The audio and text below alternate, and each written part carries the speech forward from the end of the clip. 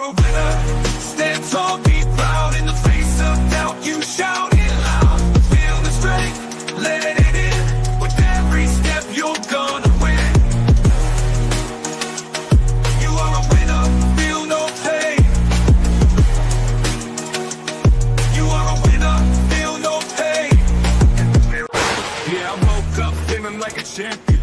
Every move I make, I got the stamina.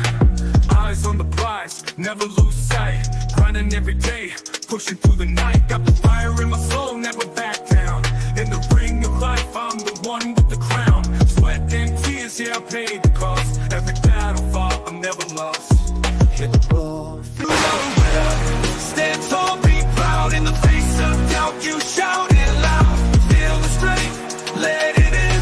With every step, you're gonna win. Every challenge met, every goal in sight. In the gym, on the grind, it's a warrior's fight. From the bottom to the top, yeah, I've been there.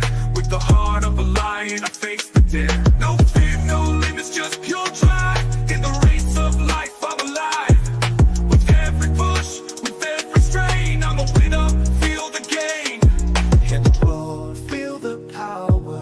In this moment, it's our hour. Rise above, break the chain. You're a winner, feel no pain. You are a winner. Stand tall, be proud. In the face of doubt, you shout it loud. Feel the strength, let it in. With every step, you're gonna win. In this moment, own your name. You are a winner in this game. You are a winner. Stand tall, be proud. In the face of doubt, you shout it loud. Feel the strength, let it in. With every step, you're gonna win.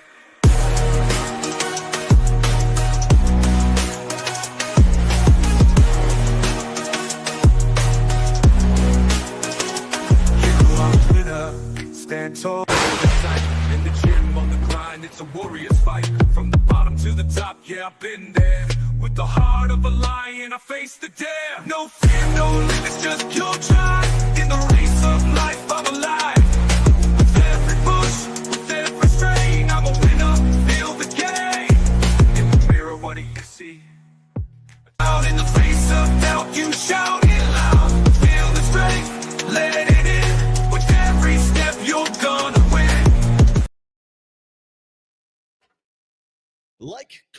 Like, comment, and subscribe.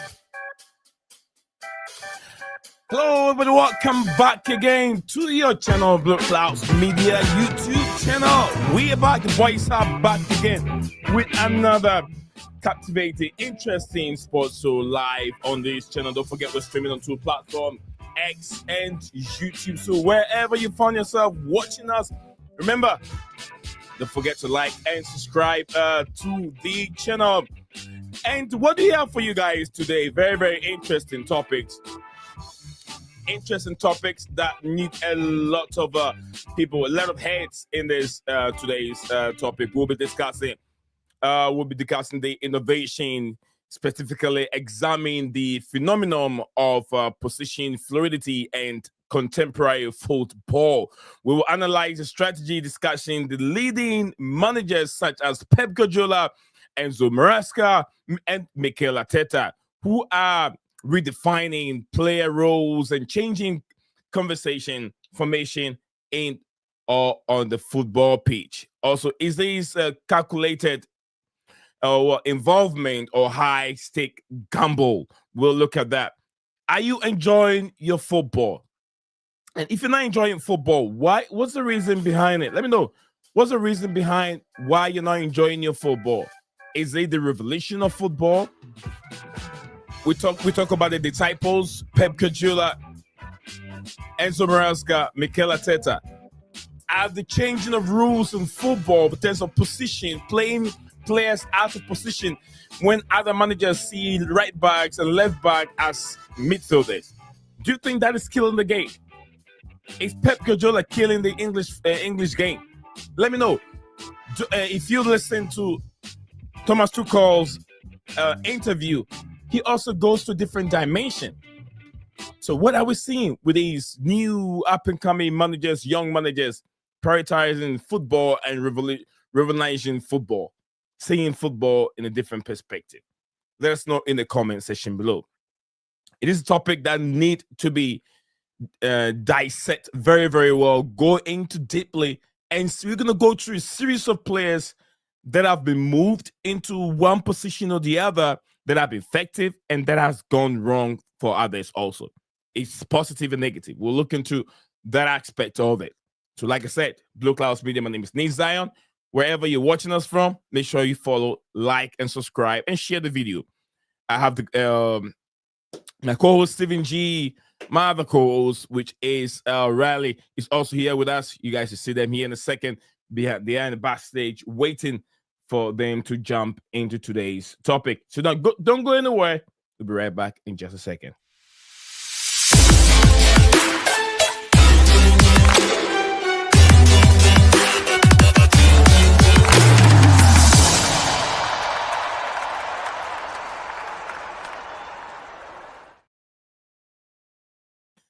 Hello, wonderful people. We are back again. Steven is here, Raleigh is here, in the building. So wherever you're watching us from, the boys are here. So make it a point.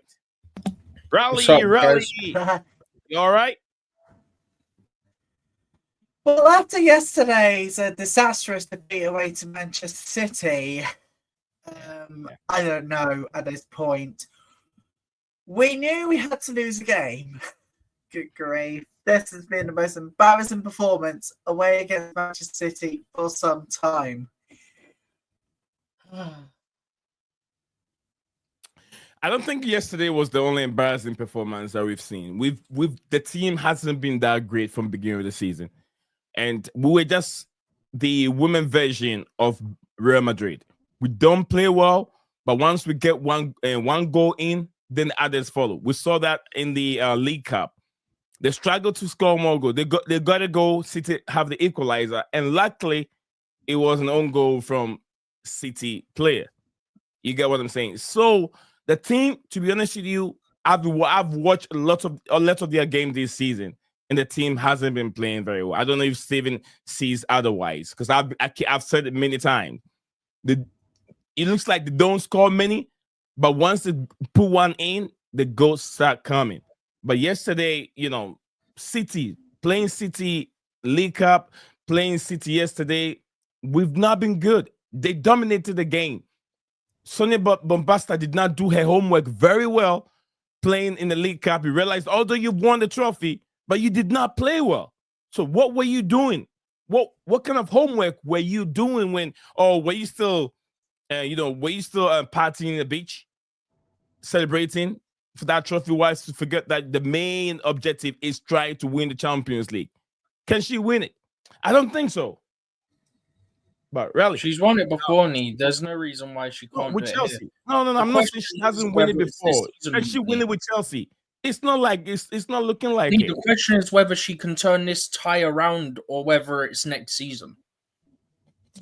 She can win it here. She definitely can. But then, the thing for me, like the last few games, you can tell. For example, we've really missed having Guru Raitan, for example, the last few games. And also, you're saying about the performances. I don't think the performances have been like this all season. I think it's more of a recency thing, to be honest with you. Because I think, I'm trying to remember off the top of my head, I think Kira Walsh missed 2 or 3 games recently. I think Lucy Bronze missed 1 or 2. Obviously, Guru's been missing since international break as well. Kerr's been missing all season due to her injury she picked up last season. So I think it was just a collection of things, just like the missing players just piled up, and it just got that you had so many of your key players all happen to be injured at the same time. So I think that's an aspect of it. One thing I will say is, can we please play Hamano in the 10 for the second leg and not play Macario there? Macario's been doing my head in. I don't know why we get more players back, because I don't want to see Reeton Canarid playing again, because she's doing my head in the last few months. Her contract's up in the summer as well, by the way. What's the reason playing 2 strikers at the same time?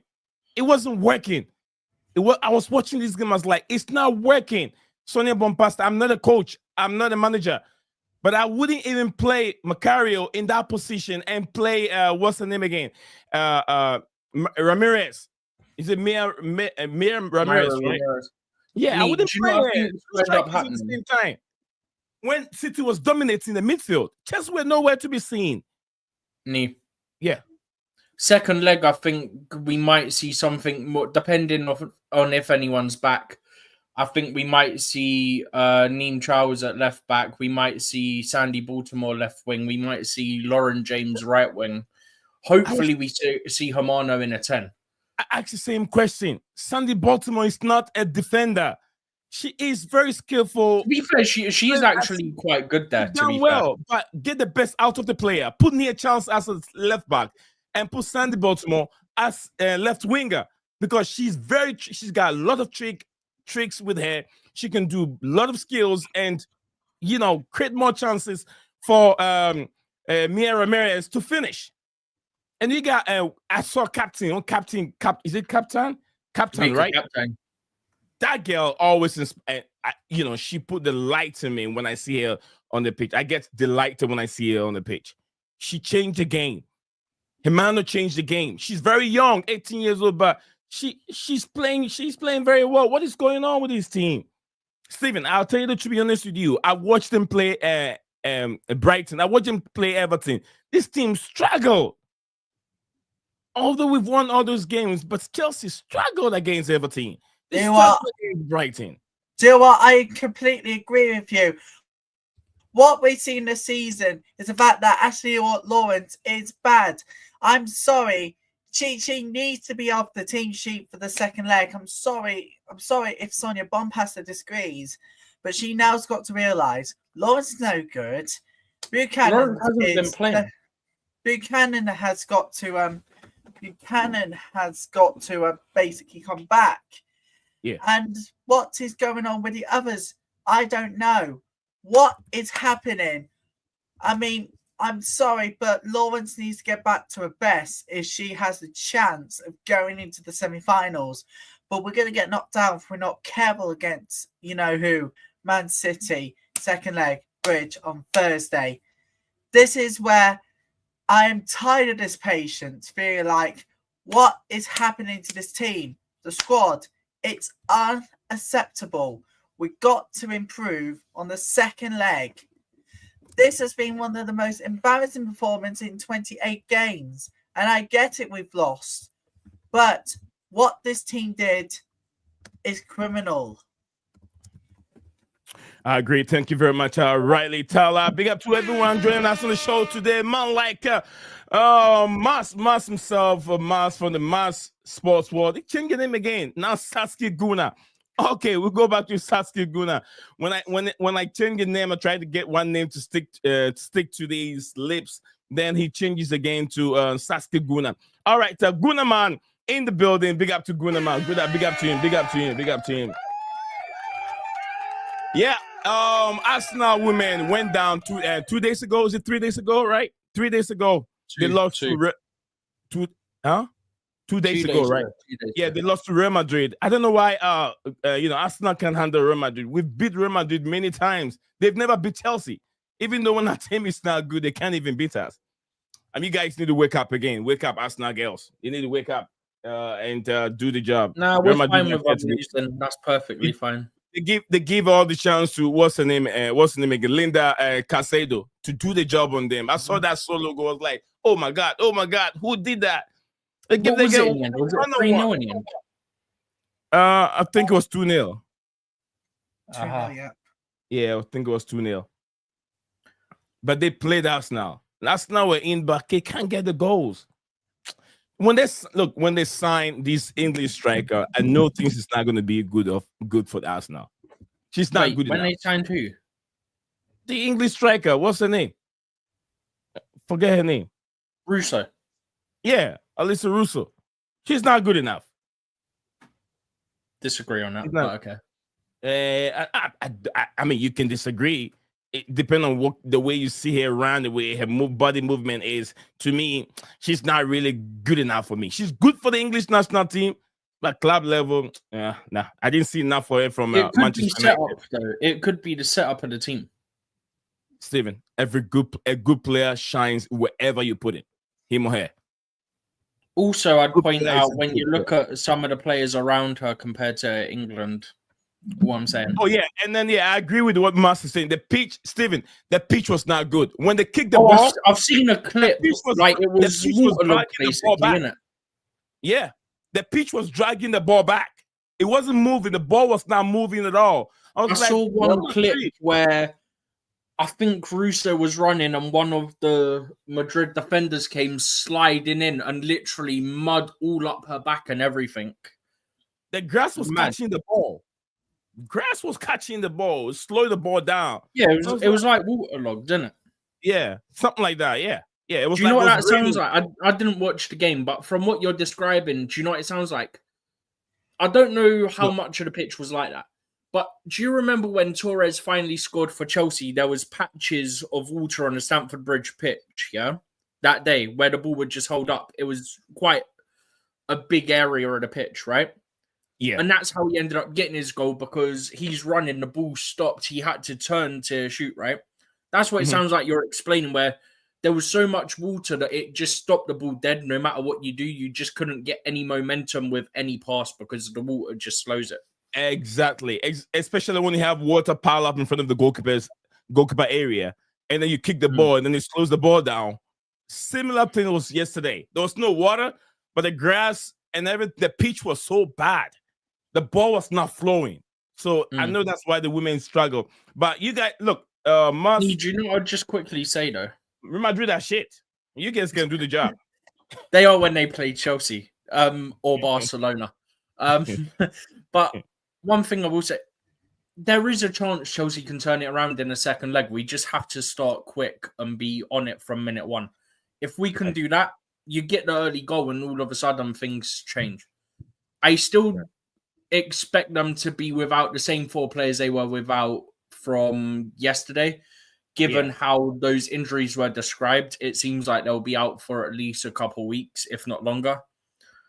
So I'm not expecting them to have anyone back, but who knows? Realistically, there's no reason why Chelsea can't end up winning the second leg, or at least going to extra time. Okay. They can't. I mean, 2-0 is not bad, but Steven, I don't see it happening. Look at the first game in the League Cup. And then the Champions League game, they dominated. Sonia Bombasta could not do his homework and say, okay, how do I stop this City midfield? How do I stop them from playing out from the back and doing all that? But what did he do? Brought on 2 strikers. And was it effective? No. Because 2 strikers, how many of them is going to go drop back and then help the defense or the midfield? The team was struggling from minute 1 to minute 90. Chelsea did not dominate the game. They were missing. So I don't know what else she's gonna do different. Yeah, I'd also point out in the other game earlier in the season that was at Stamford Bridge, we did beat them 2-0. That's 2-0. We've considered 2. I don't know when Chelsea. You're missing the point here, right? It's 2 legs, yeah. We need 2-0 to go to extra time. In the first game that happened at Stamford Bridge only a couple months ago, we did beat them 2-0. Okay. Then we beat them 2-1 in the League Cup. Then we've lost to them 2-0. So, I mean, I understand, because you can play the same team like 3 times and try to win all 3 games. It's not that easy. As much as us Chelsea fans wanted to see us go 4-for-4 against them, yeah? Yeah.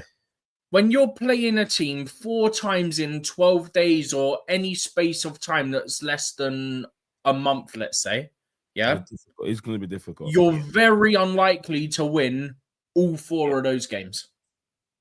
I agree. Just based on the laws of probability, it's not going to happen. It would have been exceptional to do it, but as much as we wanted to believe it, it wasn't really going to happen. Now it's about winning the next 2 games, the WSL on the weekend, and then going again second leg Thursday next week. And hopefully we can turn it around. Exactly. All right, so we're going to move on from the women's game. But before we do that, we're going to let the man himself, who is in charge, expert of the women's game, Mr. Tyler himself, to take us through, run up about 60 seconds before we move on to the main topic, today's hot topic of the day. Yes, football revolution. But before we get there, let's go to the man himself to give us a 60 seconds rundown on what really happened in the, the women's version of the Champions League yesterday. We go to him. Mr. Riley, over to you, sir. Thank you very much What indeed. happened to the Chelsea women?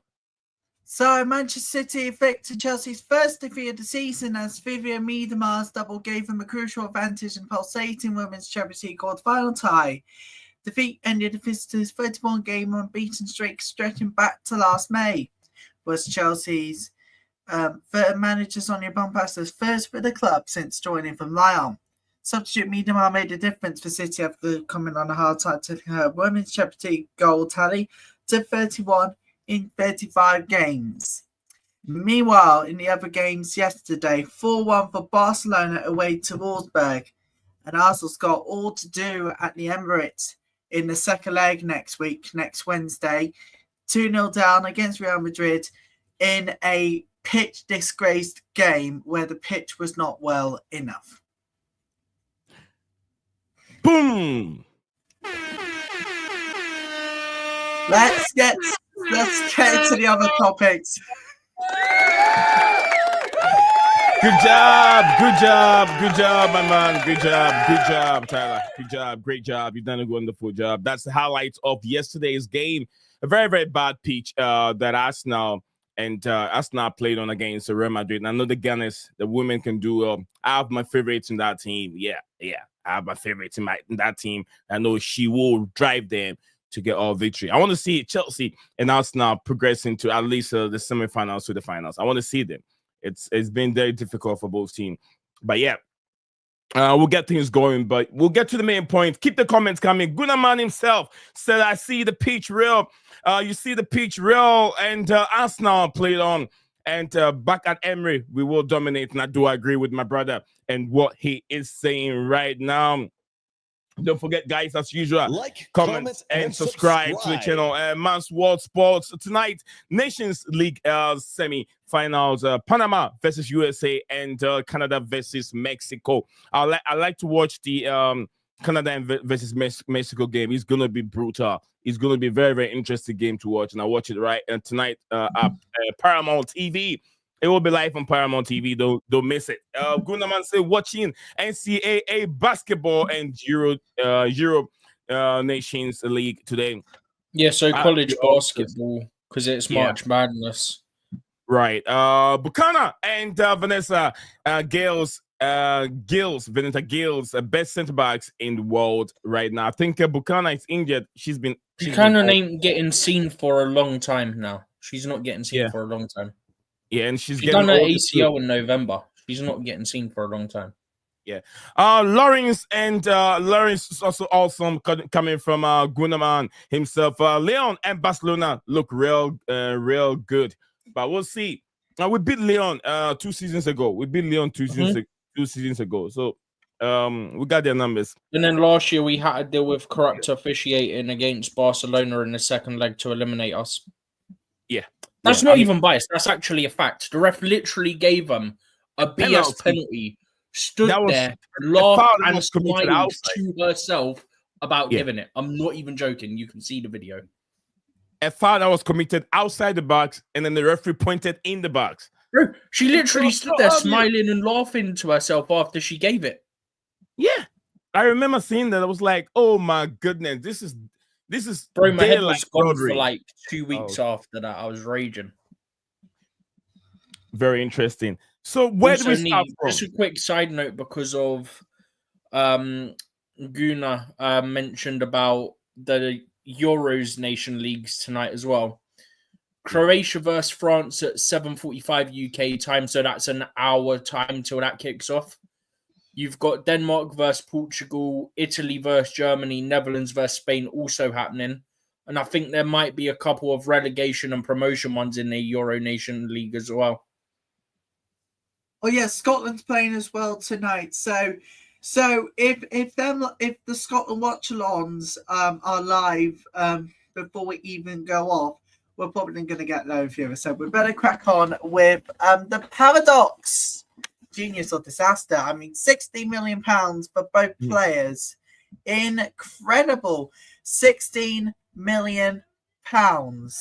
This is incredible offering we've had yesterday. So if you don't know about 600 million last season, well, there you go. But this is what I'm talking about today.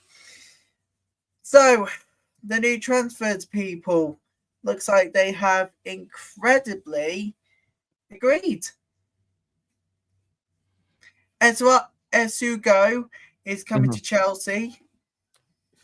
It's been announced now officially by the news outlets out there because of sports. No, it was confirmed by Sporting. Yeah, what I'm trying to say is being the big media houses that put it out because Sporting have confirmed it. Without Sporting confirming it, they will not put it up. That's what we're trying to say. It will be rumors until either Chelsea or Sporting put it up on their website. Yep. So, if you don't know about this, ladies and gentlemen, before we come on to the tactical chaos, if you don't remember, we've had Quenda and Isugo's barrage of signings between each other, and the unconfirmed reports, as I say, for obvious reasons, I'm going to say the right term here. Unconfirmed reports that both Quenda and Isugo are coming to Chelsea. So no, that is confirmed. That is confirmed. It's not unconfirmed, Tyler. It's confirmed. Confirmed, but we are still waiting. I'll find the Sporting document. Okay.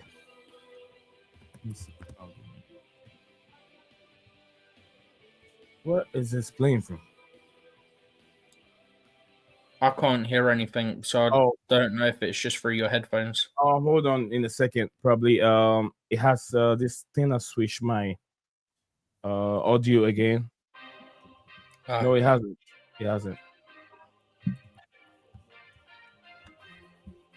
Where is it playing from?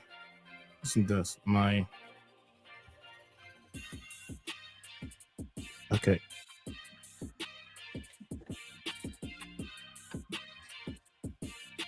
I got it. I know where it was coming from. Okay.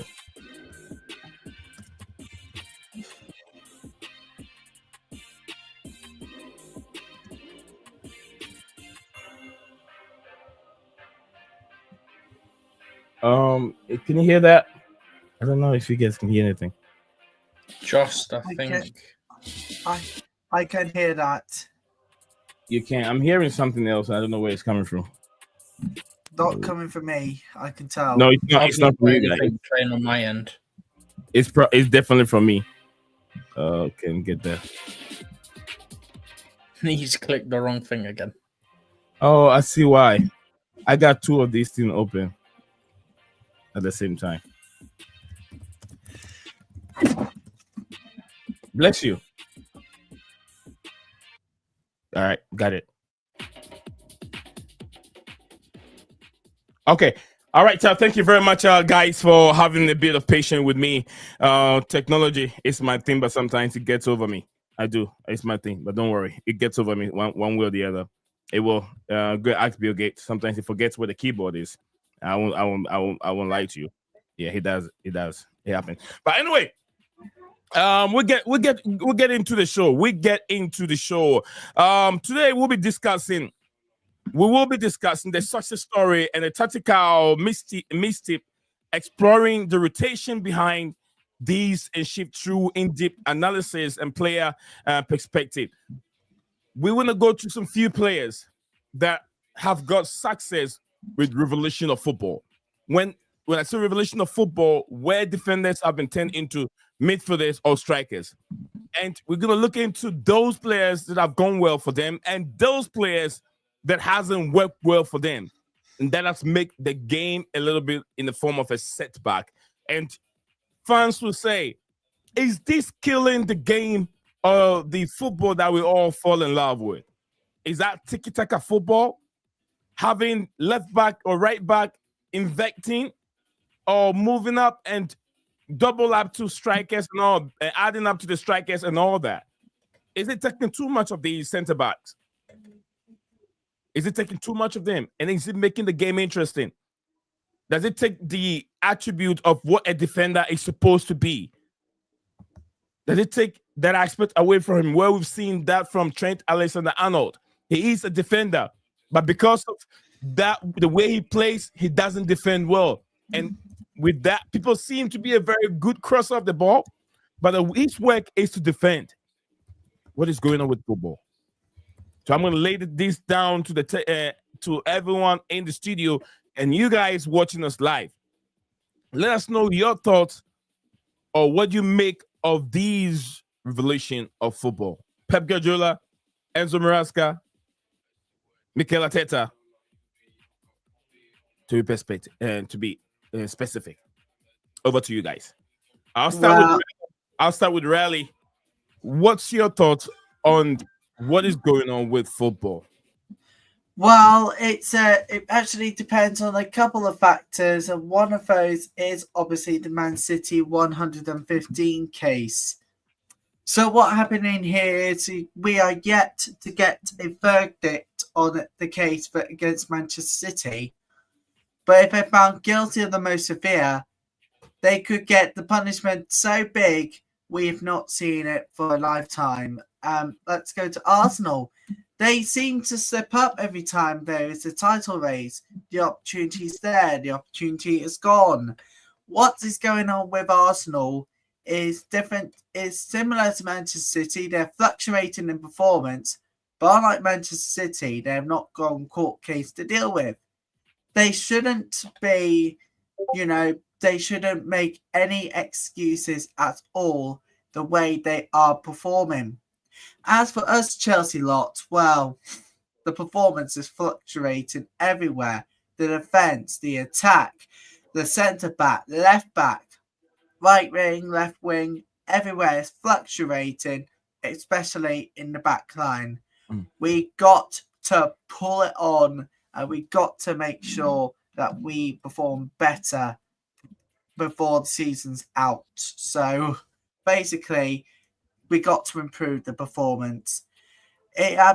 Disaster. Fortunately for those three, it's disaster. But if Manchester City, listen to this, if Manchester City are guilty in the most severe of the 115 cases, I think that is going to be one of the most disaster things the clubs has ever seen in their entire history. So none of these is a genius idea, I'm afraid. All right, Chad, thank you very much, Riley. We go to Stephen. We've discussed this, today. We've gone into it. There's been some kind of, would I say, tactical genius, or is a stupidity, is what we're saying. Playing players out of position, especially Chelsea. We're gonna go to Arsenal. We're gonna go to Manchester City. We've seen Pep Guardiola and his disciples do that a lot in the Premier League. There's been some complaints from Premier League fans, those that patronize the game, saying that the game is becoming boring. The game is not interesting like it used to be anymore. Would you say Pep Guardiola's style of play is revolutionary? Would I say his style of play is changing English football? I think with the right players, the topic that we're discussing in terms of players playing in positions that aren't natural to them, I think with certain players that can work, but it's more on a player-to-player basis. Some players, they'll be able to adapt more naturally.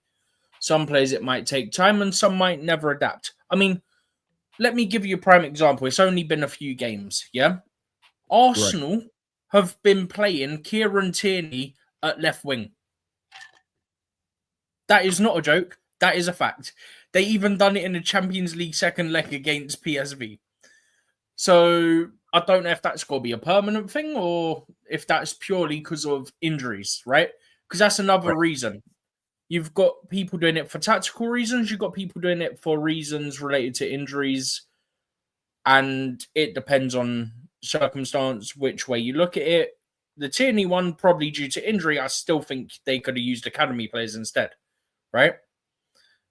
For example, Chelsea currently on their bench have regularly had Tyreek George, newly promoted from the academy. So they're playing him there on the wing instead of using, say, I don't know, off the top of my head, say instead of playing Malo Gusto there, for example. Right. But Chelsea are currently experimenting with Reece James in midfield. See, I prefer Reece in defense, right? I think we've had this conversation on Reece before. Yeah. But as I explained then, and I'm going to re-explain now, with Reece James, I don't hate it. I mean, Reece started out sort of as an attacker, moved into midfield. He even played in this kind of role on loan at Wigan in, I want to say, Championship, the season they got relegated to League One. But the season before he came back to Chelsea when Lampard was manager, and then obviously Lampard made him a starter. Yeah? So it's not like it's a completely unfamiliar position. He has played it, and he has played it in professional football.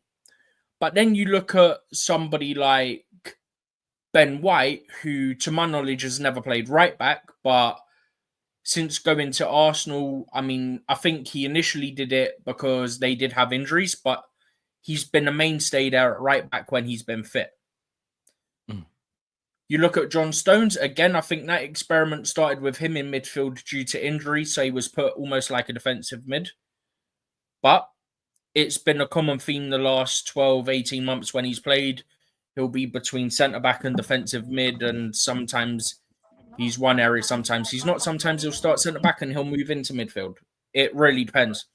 So an element of the John Stones one is definitely tactical. The Ben White one is definitely more tactical now. So what I'm explaining is, whilst those ones may have started due to injury, it's become more due to it's now become more tactical, right? Another example, Calafiori, mostly centre back. Arsenal have been using him at left back. Arsenal have played 4 centre backs across their back line at times, with Calafiori at left back, with Ben White at right back before he got injured, obviously. And then obviously Gabriel and Saliba when all 4 were fit. So it's a bit like that. Sasky, I don't know what you're waffling about, mate, with the we don't have 30 plus players like Chelsea. We do not have backups, nor do Chelsea, because our sporting directors got rid of everyone in January. So that's what I'm saying. I mean, Sasky, let me explain this. We're not going directly at. We're not talking about Arsenal in general. No, that's why I'm going Arsenal, City, Chelsea. We're looking at all of them. Just quickly give another example, right?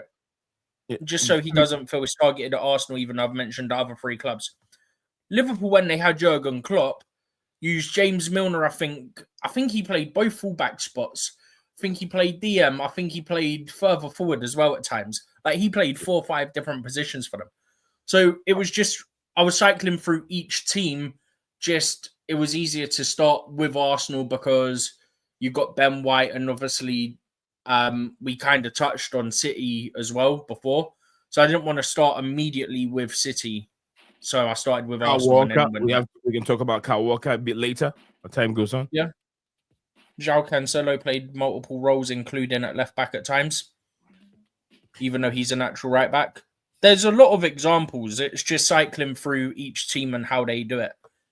I mean, like we're saying, multiple examples. I mean, even if you want to talk about Chelsea fullbacks, you've got Cucurella joining the attack almost as a number 10 at times, a left winger at other times. You've got, sometimes we've experimented with our right back moving into almost like a defensive midfield role, which is why another reason I don't have a massive issue with Reece James being in as a midfielder whilst we got injuries. Because if you're going to put him at right back and invert him into there anyway, yeah, it saves you doing that, and you can have a more natural fullback role on the right-hand side. You can have an overlapping right back if you want. And then because you've got Reece James in midfield, it kind of covers that element because he's a natural fullback. So if Gusto gets caught too upfield and he can't get back, you could have, say, Enzo starts at 10 if Palmer's not available, right? Let me give a quick hypothetical. It might make my explanation sound better, right? Okay. Say Palmer can't play against Tottenham. Forbid he can't play against Tottenham, right? You play Enzo in the 10. You play Reece with Caicedo. And then you have Gusto at right back, right? You could have Gusto as an overlapping fullback whilst you have Cucurella coming into the 10. Neen? Tyler? Yeah. And then Tyler, if Gusto's struggling to get back... Tyler, you all right? Yep. Okay, good. And if Gusto's struggling to get back, obviously Reece being a natural right back, he can fill in that spot till Gusto gets back. So that's why I don't hate it. But like we said, there's a lot of examples primarily in the Premier League since Guardiola started doing it. And that's why we're touching on basically every club we can think of. I mean, if Saskia, if you're listening, what we're trying to address is the revelation, where we've seen managers, up and coming managers, doing some kind of a tactical, moves. We can say it can be genius or it can be stupidity. Tactical adaptation, where you can see it to be brilliant, or it could be stupid, or it could be what word did I either use? Either genius or it could end up being stupid. That can destroy players. Could be genius, could be disaster. Yeah, it could be disaster. That cannot bring the best out of players. You get what I'm saying? And what you're saying, Stephen, during preseason, I know he was trying that. Players invecting and Reece James struggled a lot during preseason. And I feel like this is what this guy is trying to do here. Taking the bet. Stephen, we know as good as Reece James is, when he's healthy, when he's strong and he's got consistent round of game, he is one of the best right back in Europe. In Europe right now, if he is that strong and healthy, consistently, no injury, there's no other right back in the Premier League that can compare to, because he gives you that cover defensively. He'll give you 9 out of 10, or even more than that. Offensively, he's adding crosses, beautiful crosses, and he's scoring goals at the same time. So there's no kind of flaws in his game. But once you put him in that midfield where he hasn't played for quite a long time, he played in the youthful age at, I think, when he was with was it Middlesbrough, right? Was it Middlesbrough? No, not Middlesbrough. Wigan Athletic. Since then, he hasn't played that position again. Now, Enzo Maresca has played it at times. Enzo Maresca said he sees Reece James as a midfielder. But Thomas Tuchel, who have worked with Reece James before, and we all know, everyone knows that Reece James is a right back. But Thomas Tuchel not Thomas Tuchel. Enzo Maresca is telling us that Reece James is a midfielder. I don't think it's as black and white as that. I really don't. I feel it's black and white, Stephen. It's black and white. Hear me out. Right? Okay. The reason I don't think it's as black and white is because if he really saw Reece in that role, every time Reece has been fit and we've had a fully fit squad, he would have played him there, right? But he didn't. When he was fit, when Lavia was fit, when Enzo was fit, when Caicedo was fit, Enzo, Lavia, Caicedo, who am I missing? Enzo, Lavia, Caicedo. Basically, when all our midfielders were fit, as was Reece James, where was he playing with Reece James? He was playing him at right back. Yeah? So that's why I said I don't think it's as black and white as that. Because when we've had the full complement of our midfield, plus Reece James has played at right back. Also, factor in that these comments have been said whilst Lavia has not been around, whilst Caicedo and Enzo are having to play every game and are getting tired.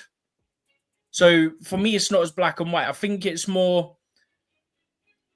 I'm not completely defending it. I want to see Reece as a right back long term. But as I've said, for now, if it's more about injury management and getting him back to where he was pre his injuries, build him up through midfield, build him up through centre-back at times if we have no centre-back cover, and then you can unleash full 100% Reece James 2021 Champions League run style.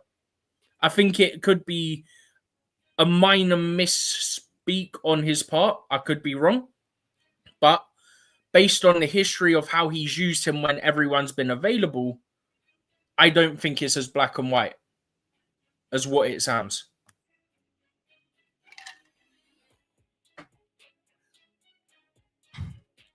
But we saw him use Reece James in the midfield during preseason, didn't he? No, he had him inverting from right back. From right back. Okay. And then he also tried the Kukurea inverting, and that's what we've gone more with. Right. But that's what preseason's for. You're testing things, see trying things who works in that and stuff like that. You'll learn, especially as a new manager. If you'd been at a club for longer than a month, yeah, you'd know this is my best team. This is the best role of this player and this player and this player. He didn't have the luxury of that because he was newly in the job. So it was his first preseason. So he was trying to see how the players adapt to his system. So it was all about testing things out. Again, I don't think the Reece James thing's as black and white as he's made it sound. And like I said, it could be a minor speak / a minor issue with the languages, if that makes sense. I think it could be that based on how we've seen Reece used when everyone's fit. That's my interpretation. Thank you very much, Stephen G. Thank you very much, Tyler. Today we just have an hour of live streaming, but big up to Malik Gunaman himself in the studio here. He said, yeah, Mikel Moreno playing out of position and outscoring your strikers. So thank you very much, Gunaman, for jumping on that. We literally don't have any strikers. We got no Mark Gee. We've got no Nicholas Jackson. We do not have strikers. Did Arsenal don't have one either? Arsenal don't have any strikers. No, but he's saying he's playing up top and outscoring your strikers as if we've got strikers available right now. We've had no striker available for 1.5 months. We've literally not had a striker available for 1.5 months. Okay. Thank you very much. Big up to you, JC. Big up to my like JC in the building. So we don't have 30 players like we do. I think all good. I think media Tobias focus too much on buzzwords, and that is a player has only one position according to what Gunnar says. And he said it earlier in the women's talk. A great player can play everywhere, and that is what I know. A great player, no matter where you put him, although it's not his position, he has to put up his best performance. Because I use Aspilicueta, who is a right-footed player. He's been playing a left-footed position, left back. He got his first start at left back against Liverpool because Ashley Cole was injured. Right. Okay. So yeah, he's been in that position and have excelled. Anytime you put him there, Aspilicueta will give you 10 out of 10 or 11 out of 10, above what you even expecting from him, and even he's playing out of position. So, but not all players. We have to remember that not all players are genius. Not everyone can be Eden Hazard. Not everyone can be a Didier Drogba. Not everyone can be an Ashley Cole. Not everyone can be adaptable like James Milner or Aspilicueta. Yeah, they can be adaptable. So when you realize that you play 2-3 times and it's not working well for that player, do not ruin his career.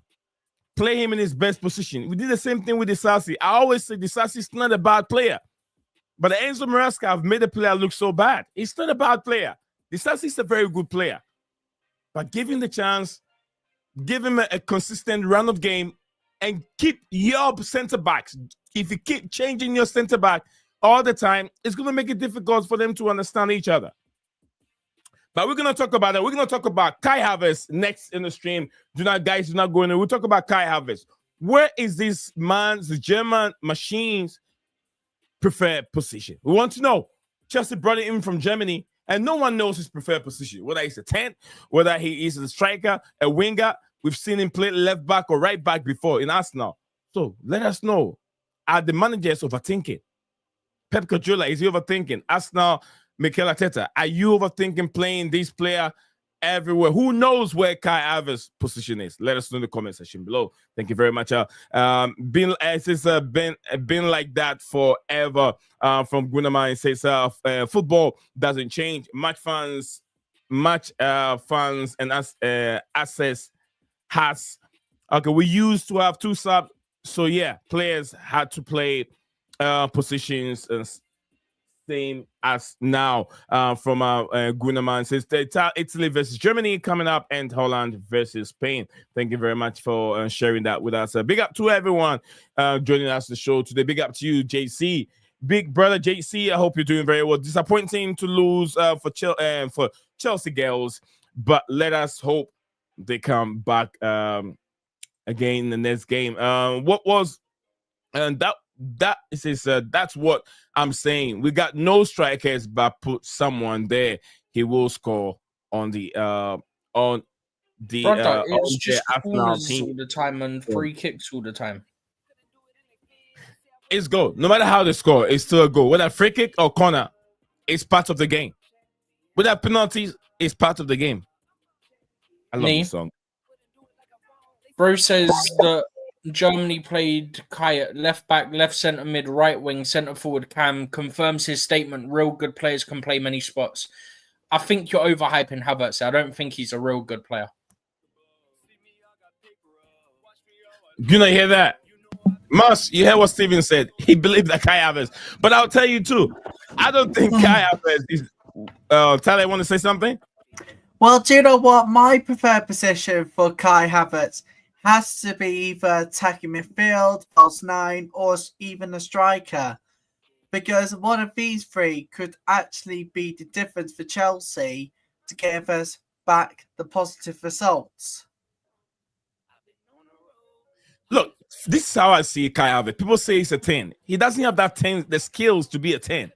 He's not that. He doesn't have that flair to be a 10. I feel like he'll be a better number 9 because his hold-up play is that good. He's not. He's not. He doesn't have that flair of a Messi or maybe a Hazard, or would I say? I don't say. Or maybe would I say Fabregas? To have that flair and distribute those passes, he doesn't have it. But his hold-up play is very good. If he can add goals to his game, he'll be a good number 9. That's how I see it. I don't see him to be that a 10, like a Palmer 10, being that creative, distributing balls, making the 10 around. I wouldn't even use Maradona because Maradona is more attacking. Who can I use in the 10 role? Abedi Ayew Pele or maybe Austin JJ Okocha. Those are 10s.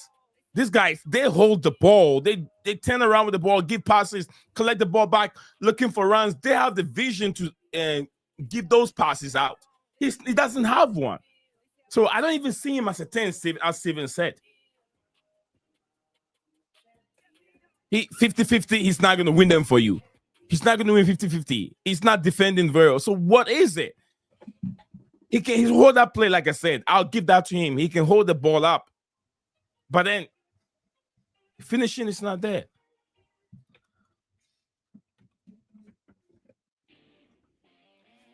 All right, Germany have played. Okay, I think that's what Steven read earlier on. Says, wow, scored for Chelsea, the Champions League winning goal. Oh, Kai Havertz. He was playing as a striker. I'm not Gunnar. Look, you can mention certain aspects of Kai Havertz's goals, but does he do that consistently? That's what we are looking at. We talk about Didier Drogba. We talk about Wayne Rooney. We can talk about Cristiano Ronaldo. Those are players that put up consistent performance. It's not just one out of the blue moon. Then he score a worldie, and then we have to hail him for that. He's not a club legend either. He's not a Chelsea legend. Is he a Man United? Arsenal legend? Let me know if you guys see him as an Arsenal legend. He's not a Chelsea legend. He was part of the team that won the Champions League in 2021. But it doesn't make him a legend. He hasn't obtained that legendary status yet. He needs to do more to obtain that. One legendary status, this is how I see it. You got to win multiple trophies. You got to win a couple multiple trophies. You got to be in the club for a period of more than 5 years to obtain that, legendary status at the football club. If Arsenal fans see Kai Havertz as a legend, then I don't see how the football club see itself. Because I don't see him as a legend. Scoring a Champions League goal, you have to remember there was a few contributions in there. Mason Mount started it. Straight to Kai Havertz. He finished it. That is history. History. But since that Champions League game, how many goals did you go on to score for Chelsea? Not many. Inconsistency, 70 million spent on him from Germany to Chelsea Football Club. JC said, Steven, curious questions for you. Since you know everything, Steven doesn't say he knows everything. Come on, JC. Steven doesn't say he knows everything. You know, he tried. Did Kovacic win Champions League with City? If he did, then the player has 5 Champions League titles. Mad. Kovacic did. Kovacic win Champions League with City. Yeah, Kovacic won the Champions League with City, won Champions League with Chelsea, and won 3 with Real Madrid, but from the bench. With this one, I can tell you, Kovacic won Champions League with Manchester City and won Champions League with Chelsea and won 3 with Real Madrid. So yes, but the one he doesn't fancy the one he won with Real Madrid because he did not play much role in that. But with Chelsea and City, he was playing.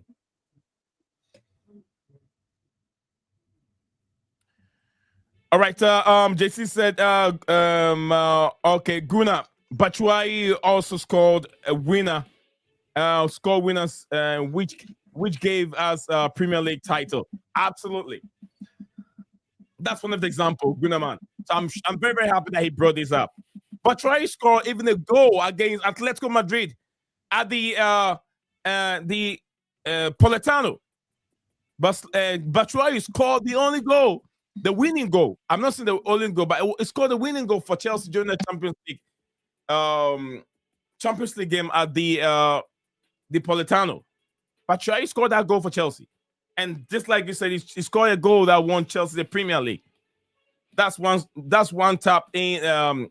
Doesn't speak much. Kante carried team to UCL with Chilwell and Reese bombing wings. So, like I said, that Champions League goal that Kai Havertz scored doesn't obtain him a legendary status. You know, it depends on how people, everyone see a legend. But to me, no. You need to be in the football club for a period of time, win numerous trophies, then you obtain that status as a legend. Lord Venetia, big up to you, Lordy. Lord in the building, big up to Lord. Lord said, this team isn't solely just tactics, it's just everything outside as well. You got to put it to perspective. Even tactical could not change Sanchez and some other players because they are not good enough. Lord, if you look at the content that we have on the show today, the topic for the show, it's not barely on Chelsea's tactics. It's mainly on the revolution of football in the English Premier League. Not just English Premier League alone, across Europe. Everyone is trying to play out from the back.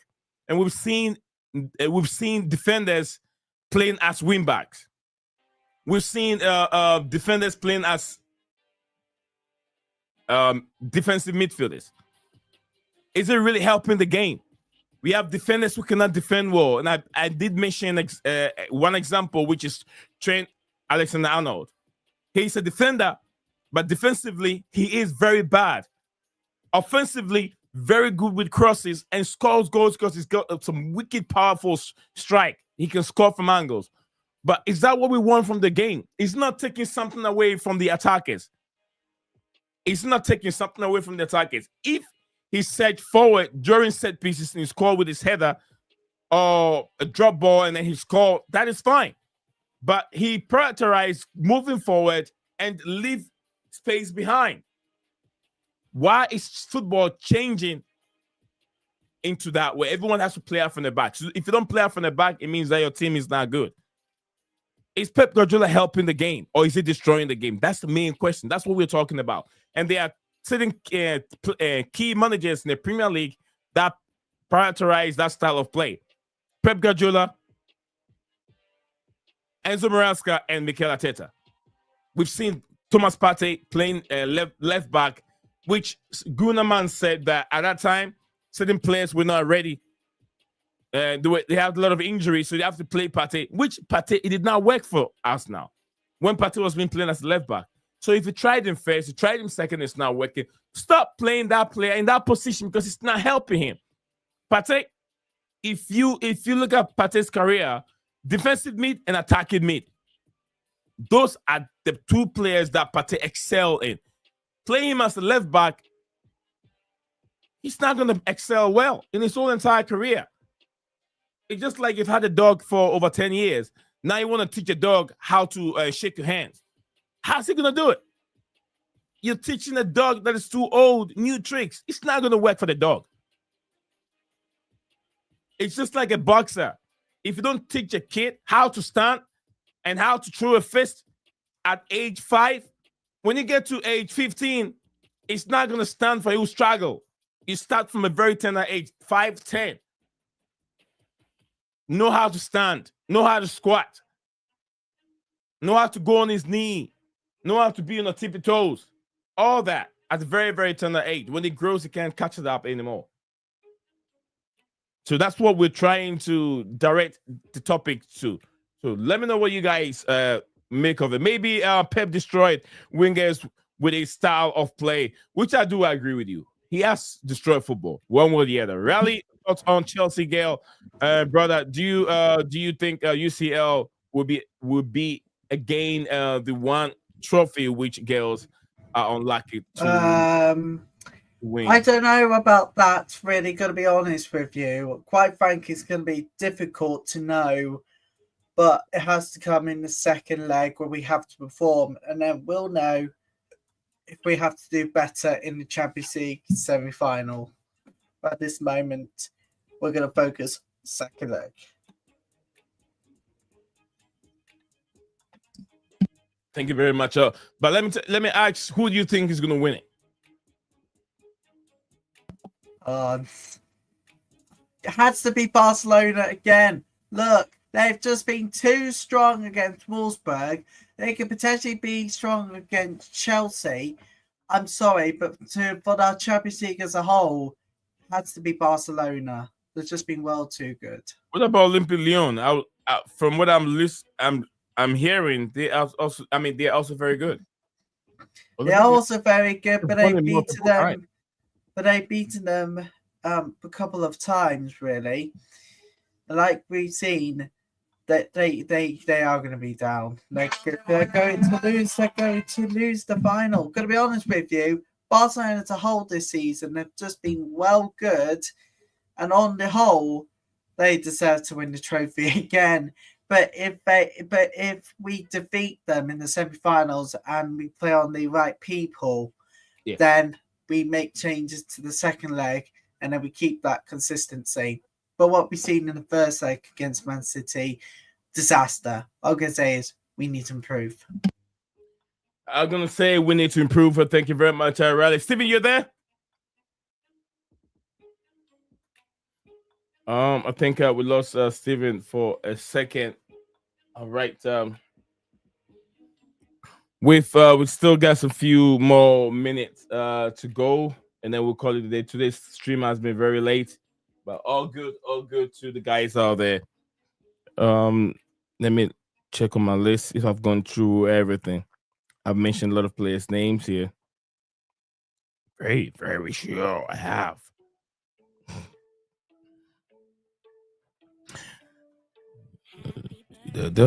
Fullback, and we'll talk about fullback into midfield. The Pep Guardiola uses fullback like Joao Cancelo, Kyle Walker, and even Rico Lewis moving into central midfield position.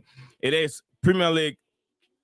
It is a prime example of Premier League that he has exhibited those tactics. This creates overload and midfield, allowing for great control of possession. This is very, very common tactics used by Pep Guardiola.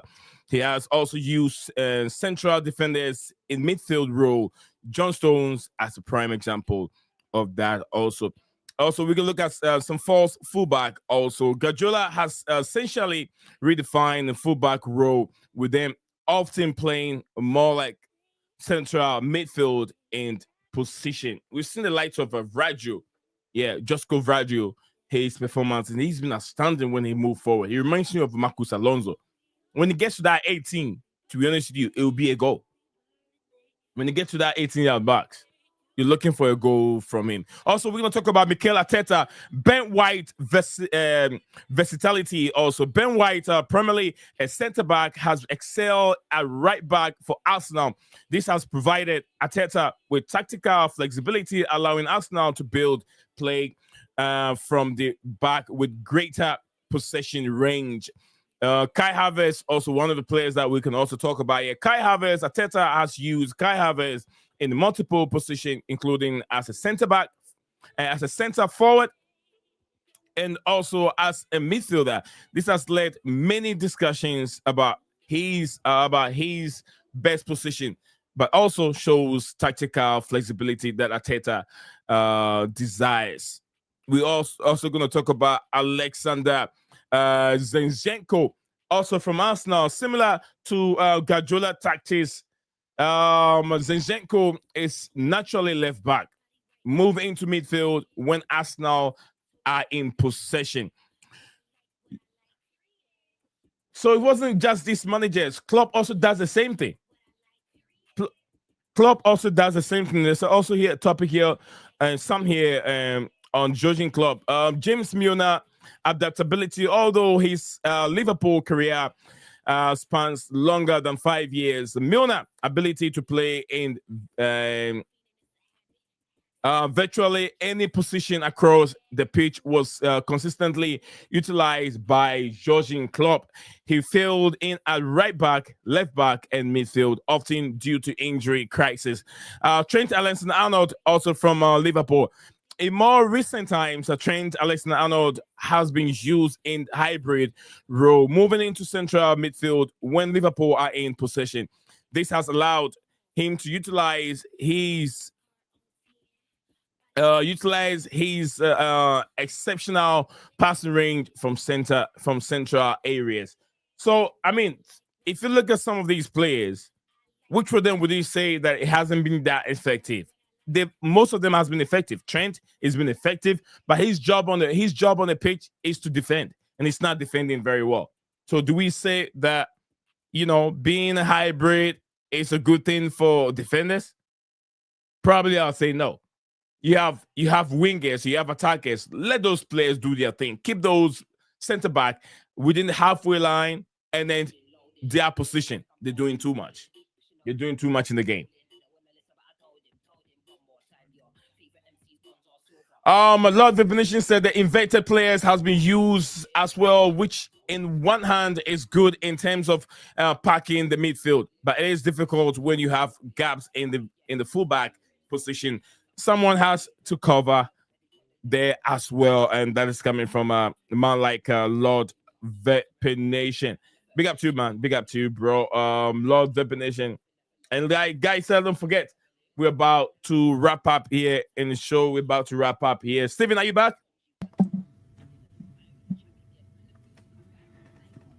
I don't think he is back. Steven is not back yet. So we do have news to bring you today, and it's one of the Chelsea's legends, one of Chelsea's best supporters, Eddie Jordan. I'm afraid he has passed away today at the age of 76. The Irishman revealed in December he was battling an aggressive form of prostate and bladder cancer, and he died at the age of 76. The family statement said, It is profound sadness that we announce the passing of Eddie Jordan, OBE, the ex-Formula One owner, TV pundit, and entrepreneur. He passed away peacefully with his family by his side at Cape Town in the early hours of the 20th of March this morning at the age of 76. EJ brought an abundance of charisma, energy, and Irish charm everywhere he went. We all have a huge hole missing for his presence. He will be missed by so many people, but he leaves us with tons of great memories to keep us smiling through our sorrow. Also, Eddie Jordan was a Chelsea fan as well, being a Formula One man. So it's very sad news. Eddie Jordan had passed away at the age of 76, a former Chelsea supporter. Is it not the guy in charge of the is it Formula One?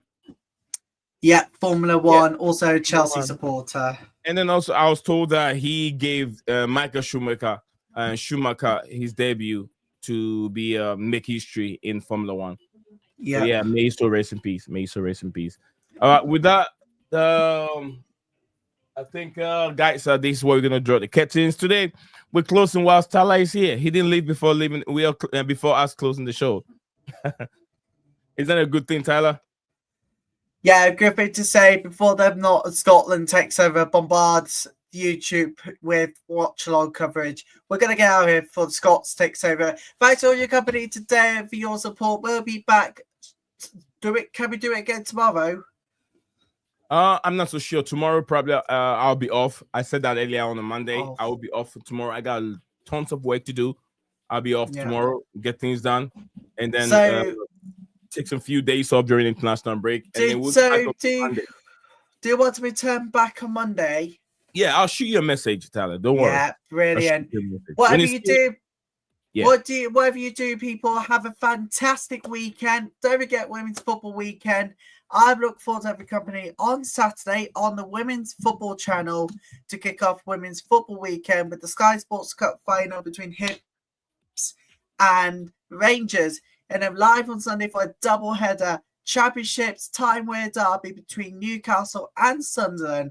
And then at 4:15, WSL coverage of Aston Villa versus Manchester United. I hope you're going to be watching on the Women's Football Channel this weekend. You don't want to miss all the action because we'll be here from start to finish. And on that note, this is where Nee and I will be signing off this channel until Monday. Don't forget to hit the like button. Don't forget don't forget Nations League. Nations League is coming out tonight. You're gonna see Canada play Mexico, Panama playing USA, United States of America. But I'd love to watch Mexico, Canada. So yeah, there's big game coming. I think Gunnar said Saskia said I think either Holland or someone playing.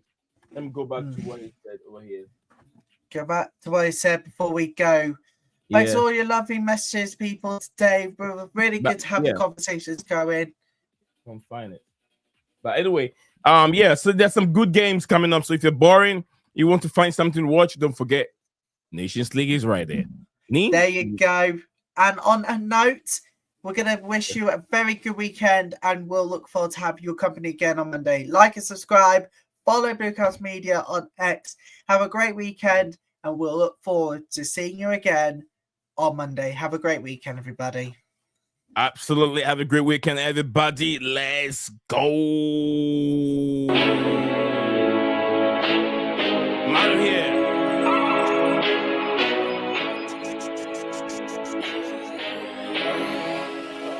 Home run, touchdown, buzzer beater, do it all now. All now, top corner talking home run. Touchdown, buzzer beater, do it all now. All now, top corner like all in. Lit the fire when you doubt it, now I'm all in. Sports World tonight, guys, visit My Sports World on YouTube. Yeah, My Sports World on YouTube tonight.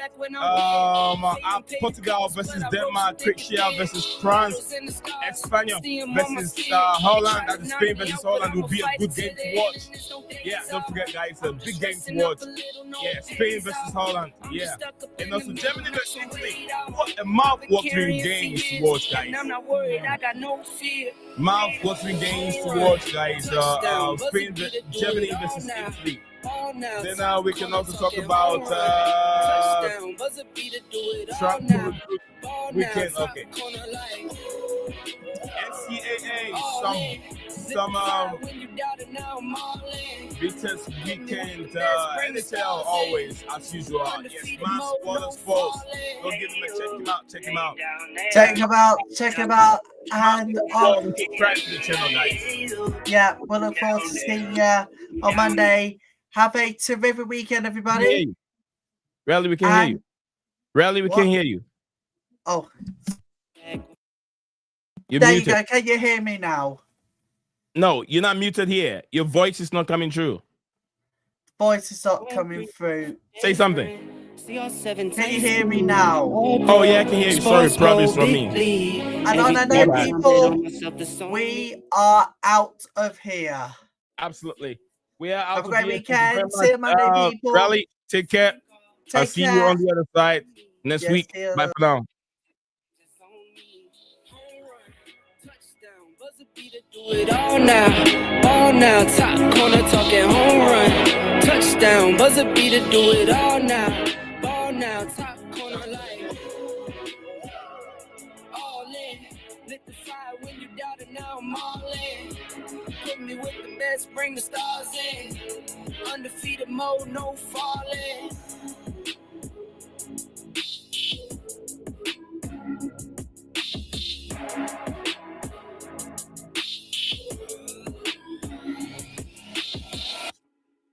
Yeah, that was from me. That was from me.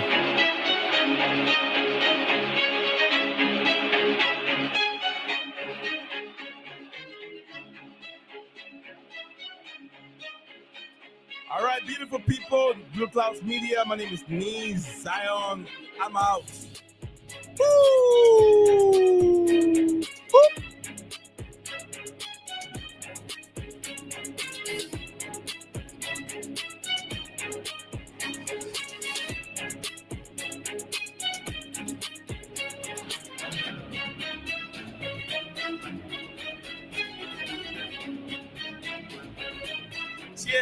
Cheers, JC.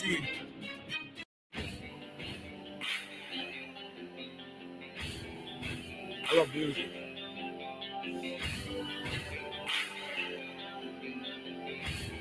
You are a winner. Stand tall, be proud. In the face of doubt, you shout it loud. Feel the strength, let it in. With every step, you're gonna win. You are a winner. Feel no pain. You are a winner. Feel no pain. Yeah, I woke up feeling like a champion. Every move I make, I got the stamina. Eyes on the prize, never lose sight. Grinding every day, pushing through the night. Got the fire in my soul, never back down. In the ring of life, I'm the one with the crown. Sweat and tears, yeah, I paid the cost. Every battle fought, I'm never lost. Hit the floor, feel winner. Stand tall, be proud. In the face of doubt, you shout it loud. Feel the strength, let it in. With every step, you're gonna win. Every challenge met, every goal in sight. In the gym, on the grind, it's a warrior's fight. From the bottom to the top, yeah, I've been there. With the heart of a lion, I face the dare. No fear, no limits, just pure drive. In the race of life, I'm alive. With every push, with every strain, I'm a winner, feel the gain. Hit the floor, feel the power. In this moment, it's our hour. Rise up.